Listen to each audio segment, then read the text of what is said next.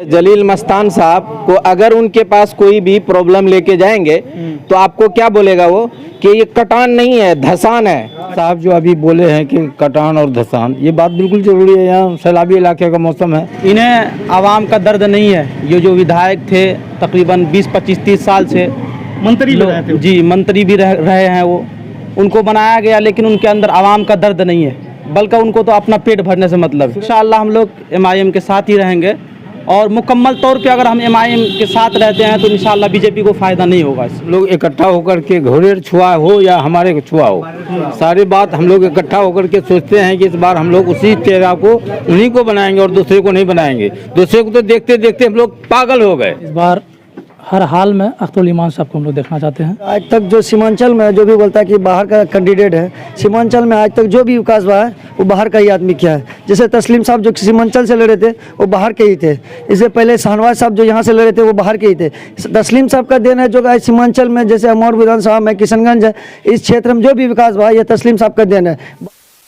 इस वक्त हम मौजूद है भवानीपुर पंचायत गिरवा चौक पे। यहाँ के लोगों से जानने की कोशिश करेंगे कि इस बार जो विधानसभा चुनाव है यहाँ अमौर में खास के, यहाँ क्या ऐसे मुद्दे हैं जो सिचुएशन जो अब तक देख रहे होंगे कि यहाँ पानी भी बहुत ज़्यादा है, बदहाली देख के आ चुके हैं। यहाँ के लोगों से जानना चाहेंगे क्या ऐसा चीज़ है जो होना चाहिए था अब तक नहीं हो सका। तो आइए यहाँ पे कुछ लोग हैं, इनसे बात करने की कोशिश करते हैं। तो अब तक जो इस विधानसभा के अंदर कौन ऐसा काम है जो होना चाहिए था जो अब तक नहीं हुआ?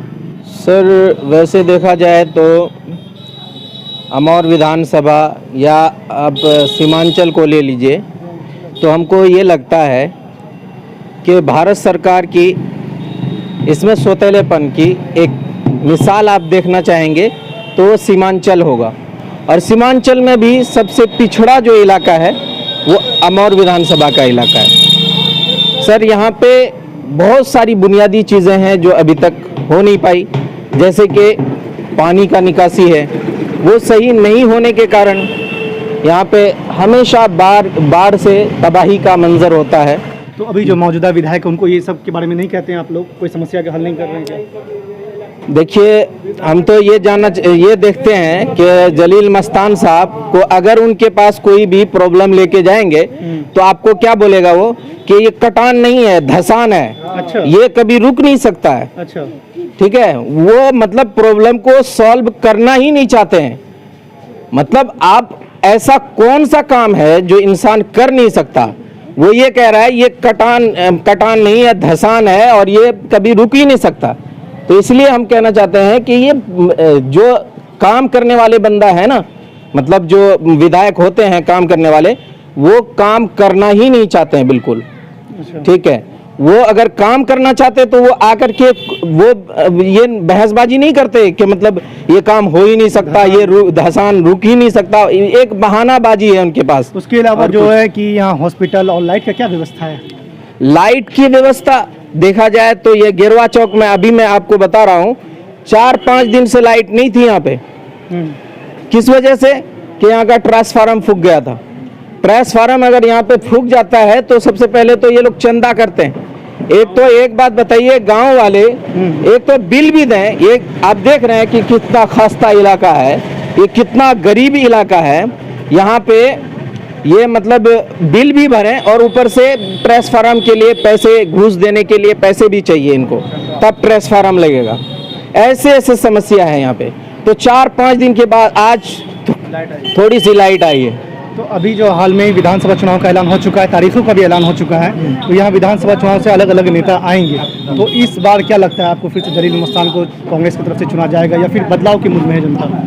इस बार बदलाव की उम्मीद है जनता को और इस बार बदलाव इंशाअल्लाह होके रहेगा। देख रहे हैं किस तरह से लोग नाखुश है और कह रहे हैं कि कटान धसान ऐसे विधायक कहते हैं और समस्या को टाल देते हैं। कुछ और लोग हैं, उनसे बात करना चाहेंगे। अच्छा, आप बताइएगा कि आप जो इतने दिनों से वोट करते हुए आ रहे हैं, लगातार विधायक चुनते हुए आ रहे हैं, सरकार बनाते हुए आ रहे हैं, अब तक आपके जो गांव का जो परिस्थिति है वो नहीं बदला है, तो इसके जिम्मेदार किसको मानते हैं आप?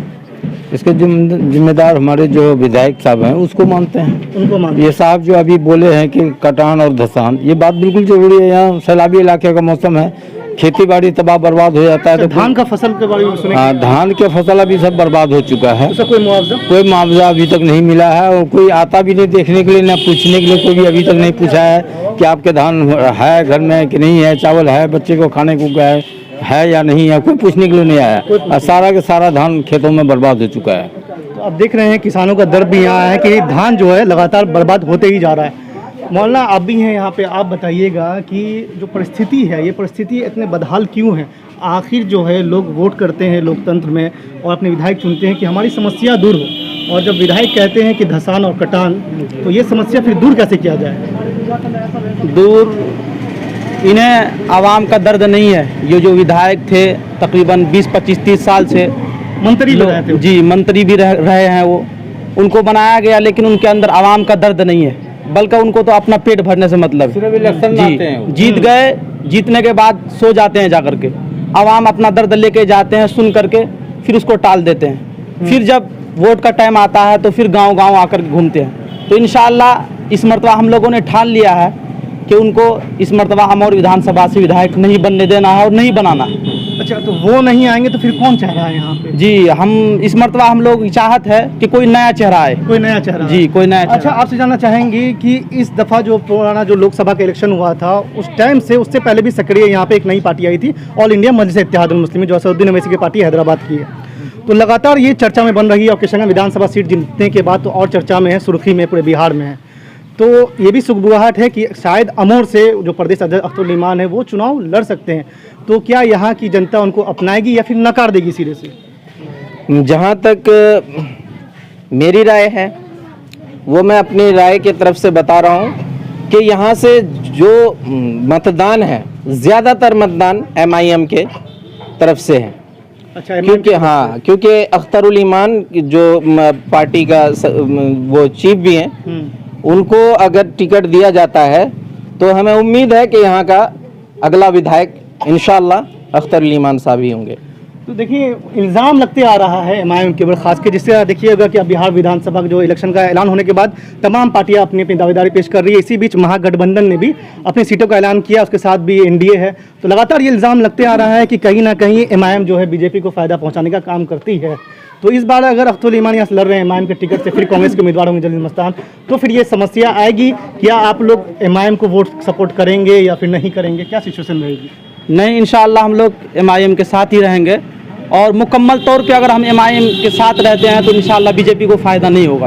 अगर इत्तेहाद के साथ, मुकम्मल इत्तेहाद के साथ अगर हम लोग वोट करेंगे तो इंशाअल्लाह बीजेपी को बिल्कुल फ़ायदा नहीं होगा। हम तो तमाम लोगों से कहना चाहेंगे कि इस मरतबा MIM ही को वोट डालें ताकि बीजेपी को बिल्कुल फ़ायदा ना हो। बात आ जाती है फिर वहीं पे कि लोग, जैसे अख्तरुल ईमान की बात हो रही है यहाँ पे, तो वो तो कोचा दामन के रहने वाले हैं और ये अमोड़ विधानसभा, फिर वो कहीं ना कहीं बात आ जाती है, वो जो कहावत है कि घोड़े छुआ, तो फिर कहीं ऐसा वो कह के कहीं फिर उनको वोट।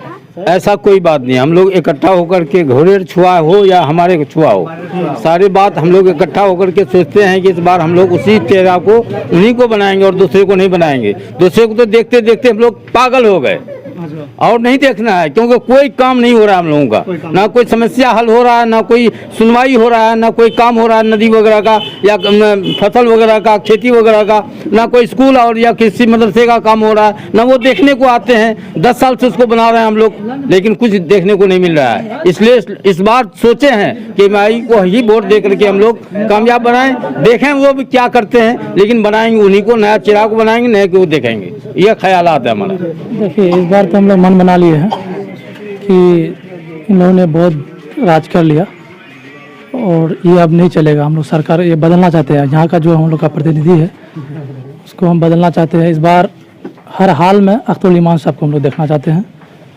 क्या उम्मीदें हैं आपको अख्तरुल ईमान पे? क्या लगता है वो अगर जीते यहाँ इस विधानसभा से तो आपका विकास करेंगे?